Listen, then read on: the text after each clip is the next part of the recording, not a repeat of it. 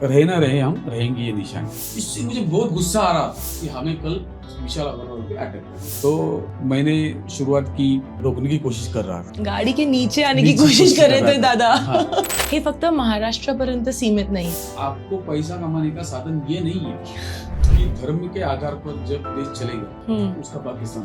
आपका नाम भी है सचिन भारती शिवाजी जामगे।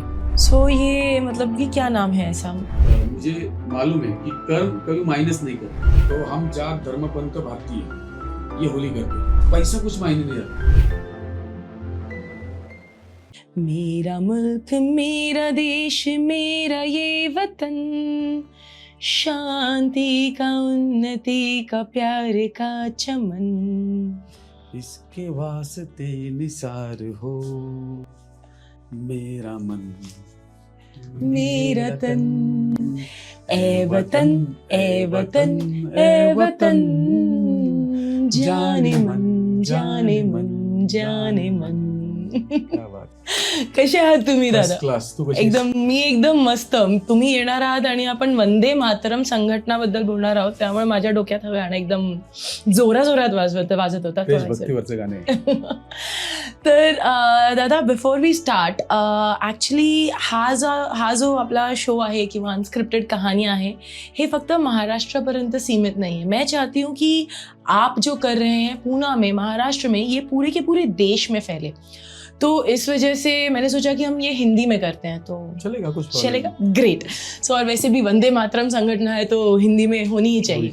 तो सबसे पहले कहाँ से शुरुआत करूँ? मतलब पहली बात तो ये कि हम एक तो 10-12 साल के बाद मिल रहे हैं, तो मैं एकदम कॉन्शियस हूँ कि पता नहीं क्या बात करेंगे, कैसे करेंगे. तो यहीं से शुरुआत करते हैं कि हम कैसे मिले थे. यस. आप ही बताइए. एक्चुअल हम कातरज में, मेरा एक होटल था उधर, तो दोपहर का टाइम था, 2-2:30 बजे थे. आई एम हैवी ड्रिंक, मैंने बहुत शराब पी ली थी और 10-12 साल हुए होंगे इस बात आराम के. से. और मैं बहुत फ्रस्ट्रेट था और मैं वो हाईवे पे आके गाड़ियों को ऐसा रोकने की कोशिश कर रहा था. गाड़ी के नीचे आने की कोशिश कर रहे थे दादा. हाँ, तो वो मतलब मुझे ऐसा लग रहा था कि बस अभी हो गया, खत्म नहीं की जिंदगी. और एकता दीदी जा रही थी वहां से, तो अपन देखते कि शराब पिया हुआ आदमी जब रोड से चलता है तो अच्छे अच्छे आदमी जाते नहीं, तो औरत तो दूर की बात है. तो एकता दीदी रुकी और मेरे को ऐसा पकड़ा कि दादा क्या हो गया, क्यों फ्रस्ट्रेट हो. तो मैं बोला नहीं, अभी ये बहुत खत्म हो गया है सपने के लाइफ में. तो बोली नहीं, लाइफ बहुत अच्छी है, आप उसे जीने की कोशिश करो. और दोस्तों वो एक पॉइंट था जिंदगी का, एकता दीदी का, कि अगर शायद उस दिन वो नहीं होती तो मैं आज यहाँ नहीं होता. और उस दिन के बाद मैंने एक दिन तो कहा था कि मैं ड्रिंक नहीं करूँगा. और बहुत साल हो गया अब मैं ड्रिंक नहीं की मैंने. और मैंने एक संस्था की भी मदद ली. उसके बाद संस्था की मदद से और एकता दीदी की वो इंस्पिरेशन की वजह से आज मैं वो सब चीज से बाहर. कौन सा वो मोमेंट था कि आपको ऐसा लगा कि अब मैं देश के लिए कुछ करना चाहता हूँ, इस देश के लोगों के लिए कुछ करना चाहता हूँ? वो क्या था जिससे आपको ऐसा लगा? एक्चुअली मुझे बचपन से ही फौज में जाना था, पर मैं जिस स्लम एरिया में रहता था तो वहाँ पे हमारे इधर शराब, सिगरेट, दारू, सब प्रकार की नशा बचपन से आदत लग जाती है. तो जैसे बोलते हैं जैसी संगत वैसी पंगत, तो वो मेरे साथ हुआ. मेरा लक्ष्य भटक गया. पर मुझे बचपन से देश के लिए कुछ ना कुछ करना है, ये मेरी माँ ने मुझे प्रेरणा दी थी. मेरी माँ आज भी मेरे लिए इंस्पायर है. तो मैं स्कूल में भी है ना, भगत सिंह, राजगुरु, सुखदेव, महात्मा गांधी जी, स्वामी विवेकानंद, इनको जब मैं इनकी किताबें पढ़ता था, या मैं रामकृष्ण मठ में भी जाता था, सामने जो मठ था उधर भी जाता था, तो मेरे मन में हमेशा देश के लिए बचपन से मुझे पता है कि जिंदगी जब आपको मिली है तो कुछ अच्छा करने के लिए मिली है. और कुछ साल भटक गया था उन रास्तों से, मेरी जैसी संगत थी उस हिसाब से. उसके बाद मैंने, जब ये शराब का मोमेंट खत्म हो गया चैप्टर जिंदगी में, और मैं जब घर में बैठता था तो मैं सोचता था अब मैं इससे अच्छा क्या कर सकता हूँ अपने देश के लिए. तो मैं अभी एक एज के बाद ना मैं फौज में जा सकता था, ना मैं पुलिस में भर्ती हो सकता था. तो मैंने एक सोच लिया कि अपन सोशल सर्विस में पहले से था, पर जो सोशल सर्विस में करना चाहिए था वो मैं कर नहीं पा रहा था, थोड़ी थोड़ी कोशिश कर रहा था। तो मैंने सोचा कि अभी ये जो है पूरा अपन देश के लिए कुछ ऐसा मैसेज करके जाने हैं हमें जिंदगी में कि रहे ना रहे हम रहेंगे, ये निशानी है। तो मैंने शुरुआत की आंदोलन से। मैंने पतंगराव कदम साहब जो अपने वन मंत्री थे, PICT की जो दीवार थी वो बीच में आती थी, तो वो उधर बहुत एक्सीडेंट होते थे और उधर लोकल लोग जो है उनके इधर कोई ना कोई 15 दिन के बाद एक्सीडेंट में पैर जाने का, कोई डेड होने का। मैंने पतंग जी से रिक्वेस्ट की थी, तो उन्होंने बुलाया था मिलने के लिए। अचानक उनके PA ने कहा कि साहब नहीं आज नहीं मिल सकते, नहीं क्या। तो हमने रोड पे गाड़ी, मिनिस्टर रहते वक्त अड़ाई गाड़ी उनकी, और निवेदन दिया। तो महापौर पुणे की तब राजलक्ष्मी भोसले थी। सकाल और इधर न्यूज़पेपर में ये हेडलाइन आई थी कि महापौर की मांगनी पतंगराव कदम साहब ने धुड़काई, वंदे मातरम संगठन की भर रास्ते में गांधीगिरी। तो वो जो चीज है ना, वो चीज करने के लिए हम 6-7 जन थे। तो उसके बाद मेरे को 3-4 जन बोले क्या डर नहीं लगता क्या तेरे को? मुझे पता है लाइफ जो है वो बहुत अच्छी है, अगर आपका इरादा अच्छा होगा, आपकी सोच नेक होगी और रिजल्ट आपको अच्छा चाहिए पॉजिटिवली, और उस रिजल्ट से किसी का भला होना है, तो डरने की कोई जरूरत नहीं जिंदगी। तो वंदे मातरम संगठन एग्जैक्टली कोई एक पर्टिकुलर इसके ऊपर टारगेट है कि एक पर्टिकुलर हम मुद्दा उठाएंगे, या सारे ही मुद्दों के ऊपर? क्या एग्जैक्टली हमारा टारगेट क्या हमारा बना? मुद्दा सारा ही है। हम जात पात को खत्म करना चाहते हैं, हम भारतीय बन के देश को आगे लेके जाना चाहते हैं। देखो ना, हम कितने सालों से उसी जात में, उसी पात में हम चल रहे हैं, उसी संस्कृति में हम चल रहे हैं। संस्कृति अच्छी बात है, हर किसी का धर्म है, हर किसी की संस्कृति, उसको हम मिटा नहीं सकते। पर हम देश होके कब लड़ेंगे? मतलब देश हमारे साथ रहता है तो रोज रहता है, हम देश के साथ है या नहीं, ये हमें चेक करना है। और हम जब भारत के बाहर जाते हैं, हम भारत में इंडिया पाकिस्तान मैच रहेंगे तो हम बोलते हैं कि हम इंडियन वगैरह वगैरह 26 अगस्त 26 जनवरी को करते, और 15 अगस्त 26 जनवरी को करते। इंडिया के बाहर जब हम जाते हैं तो हम सबको यार अपनी इंडियन, हम हमारे देश में नहीं कर रहे। हमारे देश में कोई मुस्लिम है, कोई हिंदू है, कोई दलित है, कोई क्रिश्चियन है। और मेरे को ये समझ में नहीं आता कि धर्म के आधार पर जब देश चलेगा उसका पाकिस्तान होगा। क्या बात है, क्या बात है। तो काफ़ी सारे मुद्दे आप रेगुलर बेसिस पे उठाते रहते हैं, तो थोड़ा हिस्ट्री से चालू करते हैं अपन। सबसे ज़्यादा जो मुझे याद है वो था कोरोना के टाइम पे, जब कोविड आया था दुनिया में, काफ़ी सारे लोगों ने काफ़ी कुछ किया। वंदे मातरम संगठन ने भी काफ़ी कुछ किया।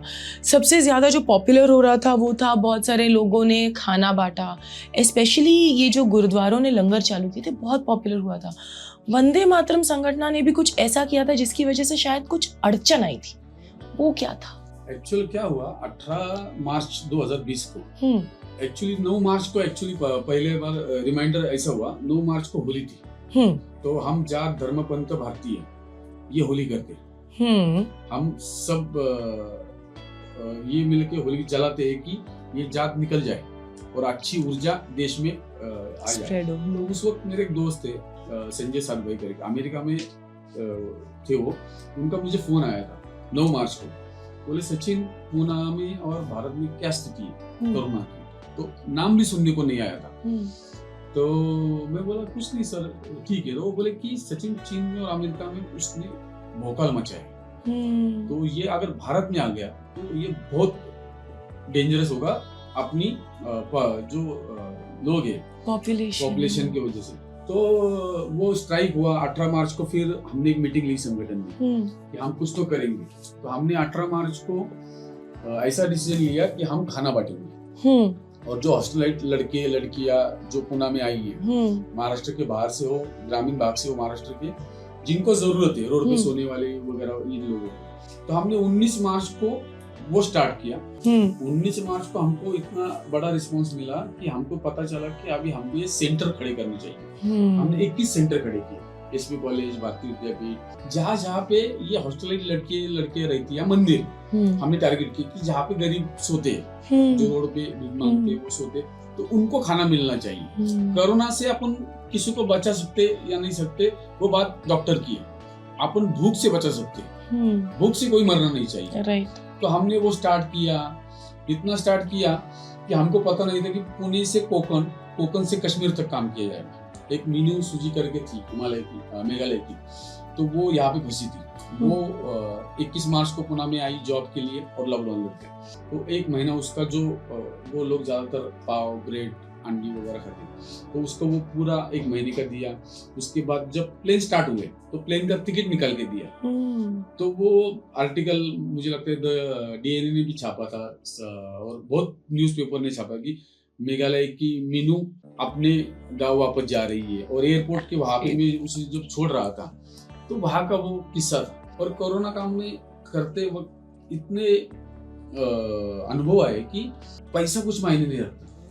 मैंने कोरोना में एक मर्सिडीज लगा के आदमी एसपी के सेंटर पे खाना लेने के लिए आता था। तो वो एक दिन मेरे को बोला कि भाई साहब मुझे यहाँ से निकालो, मैं आपको जो रहेंगे वो दूंगा। मैं बोला भाई साहब मैं निकाल नहीं सकता आपको, मैं खाना दे सकता हूँ और पैसा मैटर नहीं करता जब ऐसी कोई आपत्ति आती है। तो आदमी को मदद करनी चाहिए और हम इंसान हैं, हमें ये भूलना नहीं चाहिए।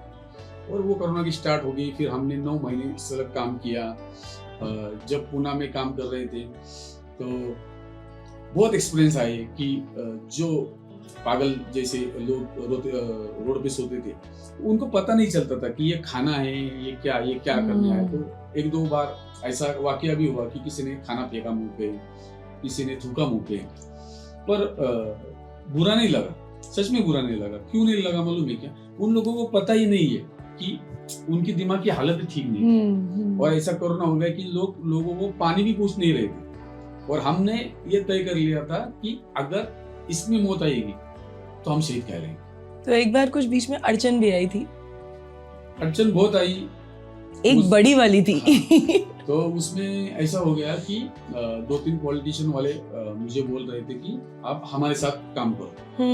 तो मैंने उन्हें साफ कहा था कि मैं किसी पॉलिटिकल पार्टी के साथ काम नहीं करूँगा, ये सोशल वर्क। तो उन्होंने उनके फिर कॉन्टेक्ट यूज किए।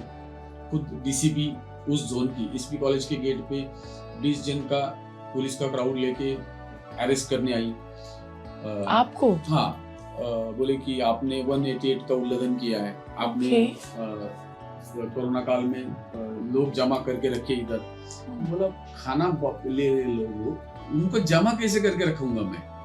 जो लोग लाइन पे लेकर खाना लेकर जा रहे तो उनको जमा नहीं। बोले 188 का उल्लंघन किया आपने कोर्ट की वजह से, तो हमको गाड़ी में डाल दिया। तो हमने 2 पैकेट लिए, 2 रोटी और सब्जी के। तो उस वक्त उसी पुलिस स्टेशन में हमारा खाना भी जाता था, पानी भी जाता था और जो आरोपी थे उनको भी खाना जाता था। तो जब हमको लेके गए पुलिस स्टेशन में तो पुलिस बोल रहे थे आपको क्यों लाया है? आपके डीसीपी साहब ने हमको लाया है यहाँ पे, तो आप उनसे पूछ लो। तो 10 मिनट के बाद एक पुलिस नीचे आया, बोला आपको छोड़ने के लिए कहा है। तो मुझे एक बात बताइए, अभी आपने जैसे कि कहा कि वंदे मातरम संगठन का मेन उद्देश्य है कि हम भारत को एक बनाएं। आपका नाम भी है सचिन भारती शिवाजी जामगे। सो ये मतलब कि क्या नाम है ऐसा? बहुत जन लोगों को लगता है कि मैं भारती मतलब भारत की वजह से लग रहा था। एक्चुअली वो नहीं है, भारती मेरी माँ का नाम है। एक्चुअली मैं 13 साल का था तब मेरे पिताजी गुजर गए और मैं जब बड़ा होने लगा था, मेरा नाम सचिन शिवाजी राव जामगे था। और मुझे लगता था कि यार मेरी माँ का रोल इतना बड़ा है मेरी लाइफ में, उसका नाम क्यों नहीं? आज मैं जिंदा हूँ मेरी माँ की वजह से, आज जो भी मैं कुछ हूँ मेरी माँ की वजह से, तो उसका क्यों नाम नहीं?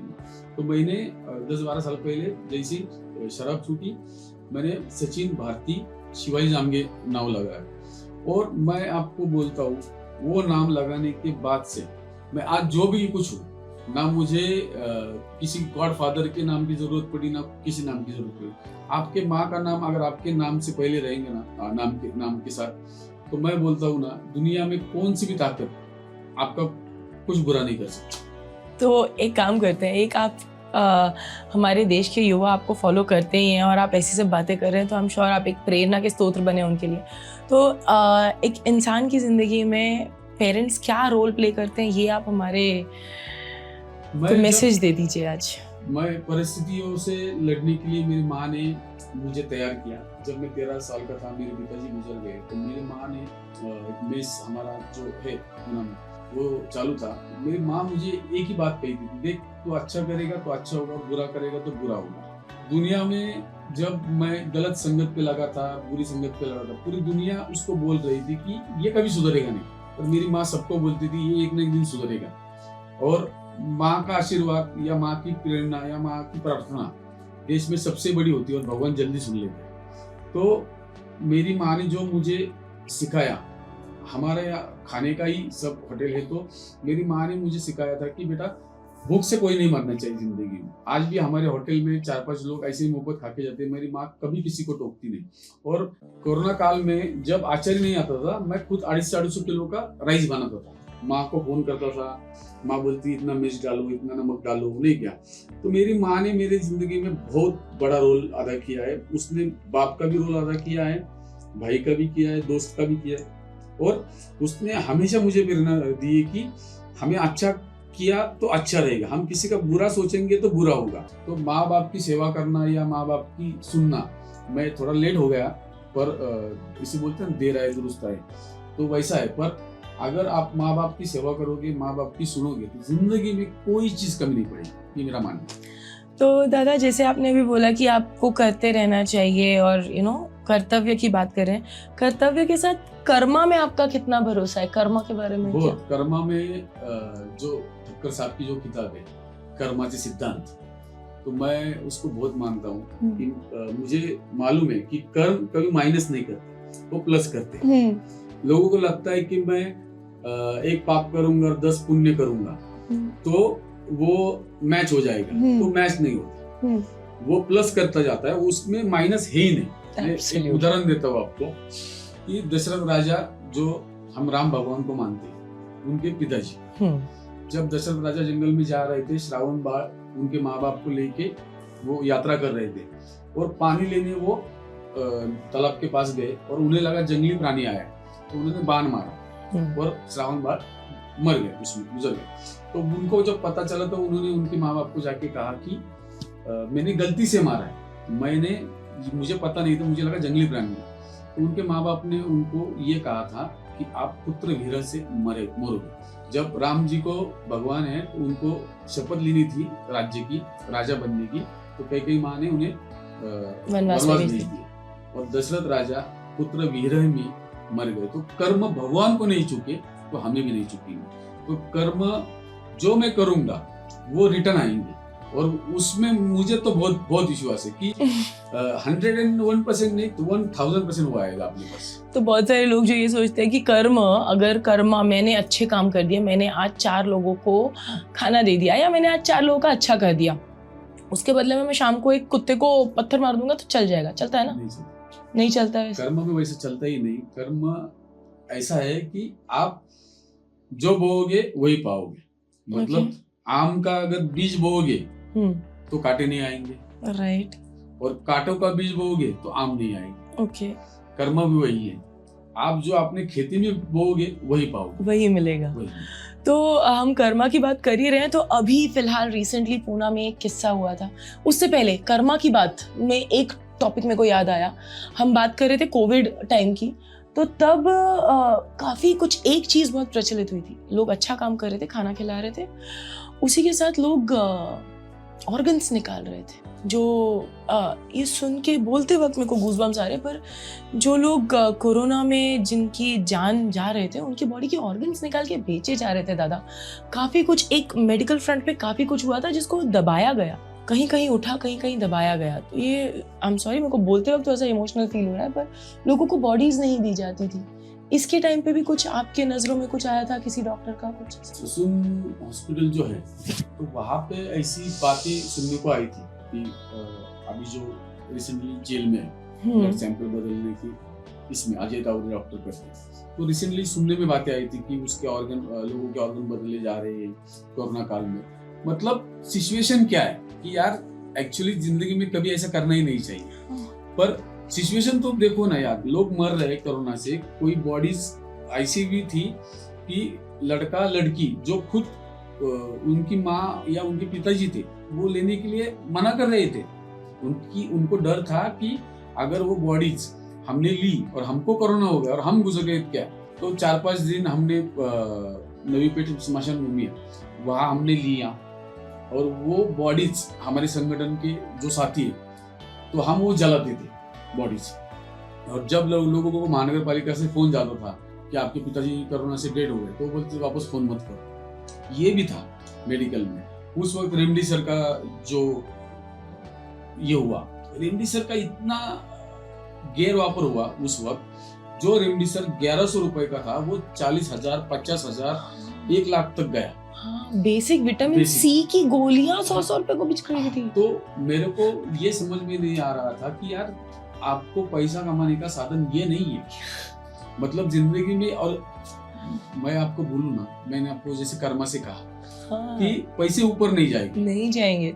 मैं जब कोरोना काल में एक व्यापारी के पास गया, उसके 2 लाख रुपए दे के एक हफ्ते पहले हमने एक दाल बुक की। एक छोटा सा उदाहरण देता हूँ मैं सिंपल। तो उसका प्राइस था 70 रुपए प्रति किलो और उसके बाद हफ्ते के बाद वो 85 रुपए किलो हो गई। तो बोला नहीं आपको 80 रुपए से तो कम से कम लेना पड़ेगा। तो मैंने उसको पूछा कि साहब आपकी प्रॉपर्टी कितनी है? तो मुझे बोले होंगी 8-10 करोड़ की। तो मैं बोला ऊपर जैक है क्या अपना? बोले किधर? मैं शोरूम में। तो बोले क्या? मैं बोला अगर आपका जैक रहेगा तो आपके पास 8-10 करोड़ रुपए है तो भगवान आपको एक बंगला देगा। 10 करोड़ रुपए लेके जा रहे तो मेरे 2 लाख रुपए से मेरे को 8x8 की रूम मिल सकती है क्या? वो हंसा और मेरे को 70 रुपए से डाल देने। मतलब कुछ ऊपर नहीं जाने वाला, कुछ नहीं जाने वाला। ऊपर ये आत्मा जाएगा, शरीर सब नीचे रहेगा, पैसा प्रॉपर्टी सब यहाँ पे रहेगा। और मैं जब रामकृष्ण मठ में था तो मुझे सिखाया जाता था, तो वो कुछ पंक्तियां मैं बोल सकता हूँ प्लीज? मतलब एक मराठी में है, मैं मराठी में बोलता हूँ। अरे बाळ निळकंठा करू नको दशा बशा, वरती शेंडी खाली बशा, दश तुला दश मला, दश घरच्या ब्राह्मणीला, पंच ते मुला बाळांना, उरले सुरले ते गाई गुरांना। मतलब इस पंक्तियों का अर्थ ये है कि सबको मिलके खाना चाहिए। मतलब अगर हमारे पास 1 रुपया है तो हम सबको 10-10 पैसे बांट के सबको, उसमें पशु प्राणी को भी लिया है, वो भी इंसान है, पशु प्राणी भी, उनको भी हमें मानवता से ही देखना पड़ेगा। ये सब बातें फिलहाल तो मैं पूरी इमोशनल हो गई हूँ ज़्यादा, लेकिन हम वापस आते हैं टॉपिक पे कि आपने अभी डॉक्टर का नाम बताया जो ब्लड सैंपल्स एक्सचेंज करने में लगे और हम कर्मा की बात कर रहे थे। तो उन्होंने तब जो किया उसका कर्म उन्हें अभी भुगतना पड़ रहा है। कभी ना कभी तो वो इक्वल बैलेंस यहीं पे है। कोई आगे जाके कुछ नहीं, जो है यही है। जैसे कि आपने बताया कि वो दाल वाले अपने सेठ को ऐसा बोला, तो अभी का ये किस्सा उठा ही लेते हैं, बात कर ही लेते हैं। क्या ये मिस्टर अग्रवाल का सीन जो हुआ अभी, हमारे जैसे लोगों ने जो घर पे बैठ के, ऑनेस्टली हमारी घर पे कुछ बातें होती है कि विशाल अग्रवाल का case all over India popular हो गया। हम लोगों के लिए वो इंस्टाग्राम पे एक रील की तरह पॉपुलर हुआ है कि किसी ने सीसीटीवी फुटेज देखा, पोर्शे गई और इट जस्ट बैंग्ड, 2 लोग उड़ गए। अब वो 2 लोग भले ही मेरे नेटिव गांव के हैं, जबलपुर के हैं दोनों, वो लड़का लड़की, पर ज़्यादा लोगों को पता नहीं है कि क्या हुआ और क्या किया गया। तो आप कुछ उस पर ज़रा। एक्चुअली ये वाकया जो हुआ 18 मई को रात को हुआ, 19 मई को मुझे पता चला वो लड़के का जामीन भी हो गया ना। हाँ, अगले दिन संडे था, स्पेशल कोर्ट में उसका जामीन हो गया। और मैं ये सोच रहा था कि इसने जो किया, 2 लोगों की जान गई, एक लड़की और एक लड़का, अनिश अवधिया, और इसको जामीन मिल गया। और कोर्ट ने उसको कहा कि 300 शब्द का निबंध लिखिए, 15 दिन ट्रॉपिक वाले के साथ ट्रॉपिक समझिए। तो मैं देख रहा था, मेरे संगठन से मेरे लड़कों के फोन आ रहे थे कि भैया अपने को सीपी साहब को लेटर देना है कि इन पे कार्रवाई की जाए, कड़क कार्रवाई की जाए। तो मैं बोला रुक जरा, मैं सोचता हूँ उसमें क्या करना है। तो मैंने देख रहा था ना, तो मुझे वहां से जो इंटरव्यू आ रहे थे, जो महिलाएं वहां पे खड़ी थी, उन्होंने देखा था कि उनको रात को बिरयानी खिलाई गई, पिज्जा बर्गर। आरोपियों को 2 जन मर गए, जिसने मारा वो बिरयानी वगैरह खा रहा है, पिज्जा खा रहा है। एक एमएलए वहां पे जाके सेटलमेंट कर रहा है पैसों की। और दुर्दैव कहेंगे इस चीज को कि उन लड़कों की बॉडी भी उनके घर पहुंची नहीं और उसको जमानत मिल गई। इससे मुझे बहुत गुस्सा आ रहा था, मतलब है ना, मुझे समझ में नहीं आ रहा था मैं इसको कैसे क्या करूं। तो मैंने मंडे के दिन लड़कों को कहा रात को कि हमें कल विशाल अग्रवाल पे अटैक करना है, और ये अटैक हमें ऐसा करना है कि मतलब जो अपना शाही रहता है, हाँ, वो उसके मुंह पे फेंकेंगे और उसको मुंह को काला लगाएंगे, ओके, और उसको बताएंगे तेरा पैसा, तेरा पावर। और मुझे पता चला कि वो राजन, छोटा राजन, कौन सी भी कंपनी, अंडरवर्ल्ड, दाऊद वगैरह, कौन सी भी कंपनी, वो मैटर ही नहीं करता। दो लड़कों की जान गई है और वो मेरे राज्य से नहीं है या मेरे शहर से नहीं है, मेरे देश के तो है ना, मेरे देशवासी है ना वो लड़के। तो हमने अटैक करने की प्लानिंग की।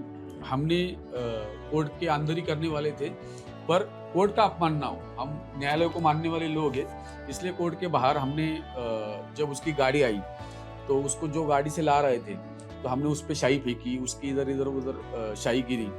तो पुलिस को भी पता नहीं चल रहा था, मीडिया को भी पता नहीं चल रहा था क्या हो रहा है ये, क्योंकि एक 5 मिनट पहले एक मीडिया वाला मुझे कह रहा था, सचिन भाई यार तुम्हारे संगठन ने तो कुछ तो करना चाहिए। तो बोला नहीं यार, वो बहुत बड़े लोग हैं, हम क्या करेंगे। और 5 मिनट के बाद हमने वो किया कर दिया ना। हमें अटक का डर था, न किसी केस का डर था। मीडिया वाले ने मुझे पूछा कि आप पे अभी केस दाखिल होगा। मैं बोला ऐसे 100 केस लूंगा मैं जिंदगी में जब दाखिल होगा। क्यों?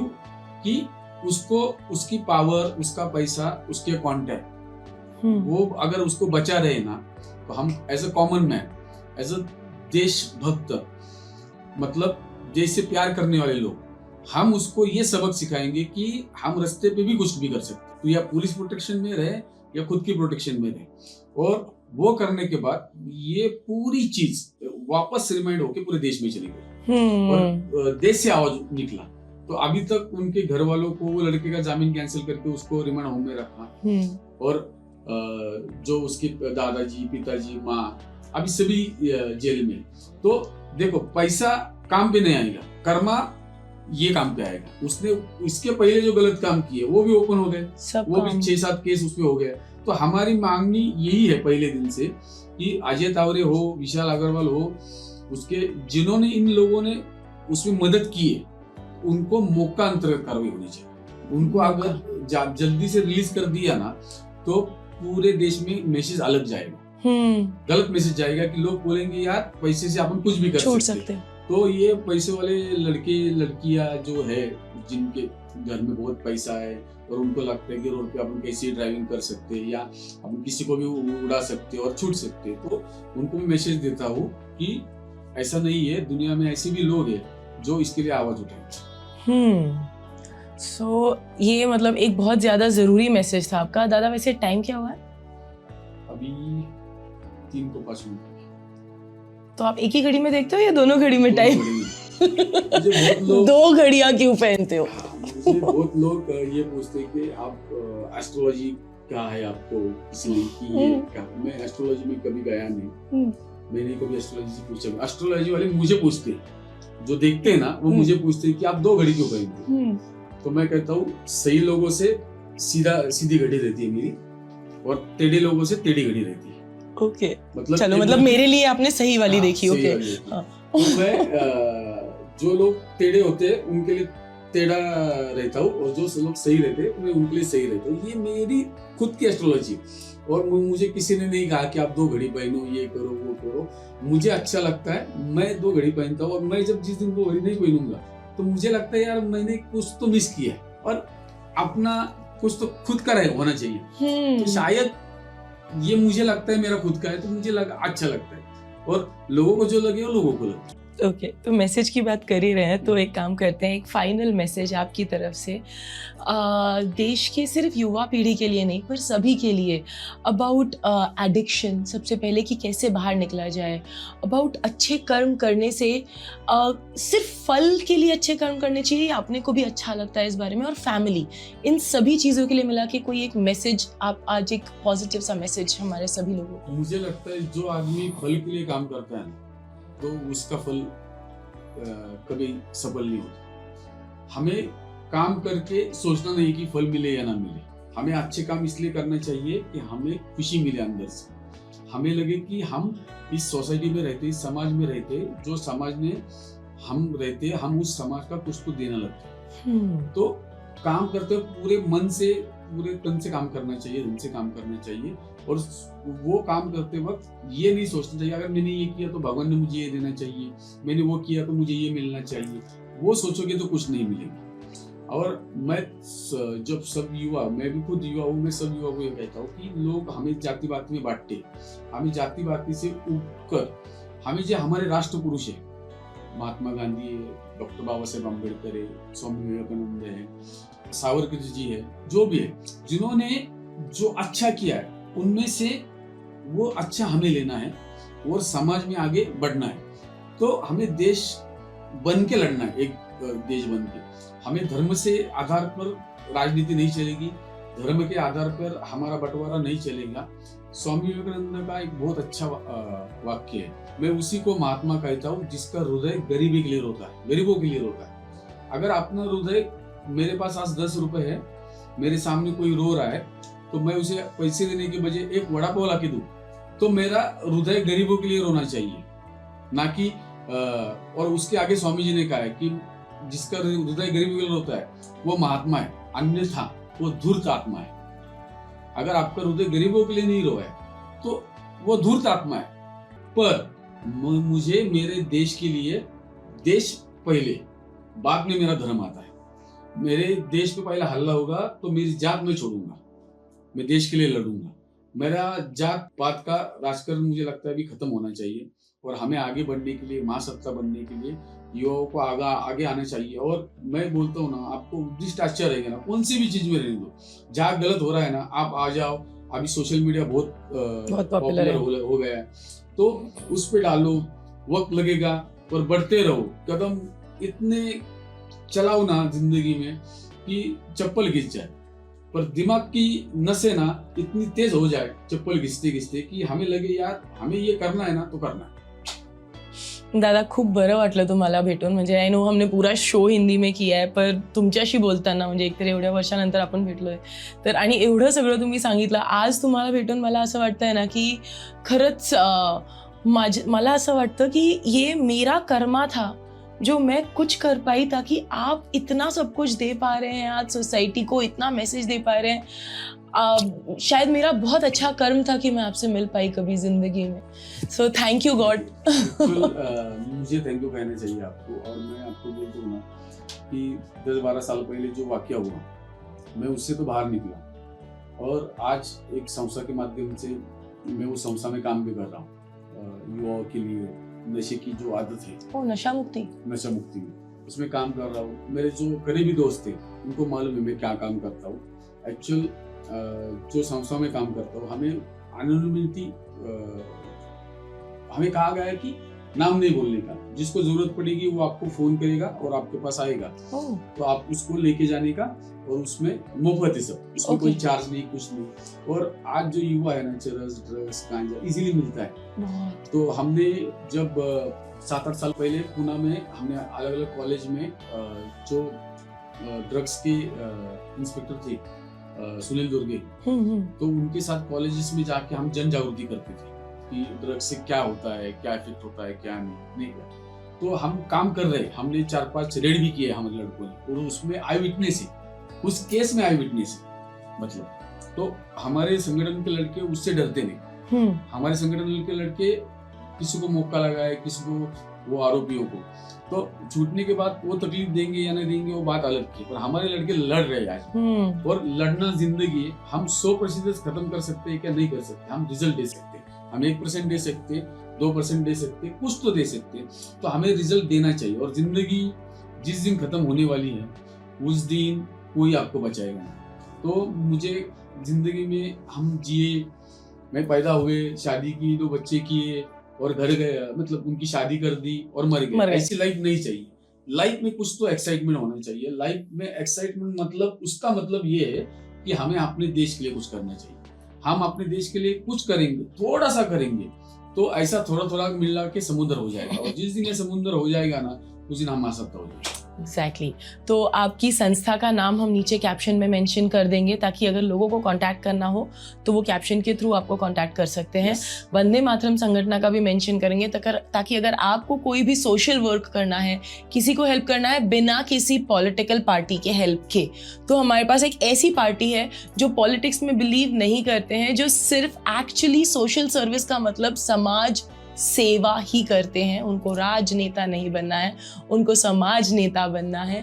एंड वो एक फ़र्क है जो हमेशा रहेगा। जो मैं बोलती हूँ, लोग बोलते हैं कि आप सोशल सर्वेंट हो या सोशल वर्कर हो, तो आप सोशल वर्कर हो।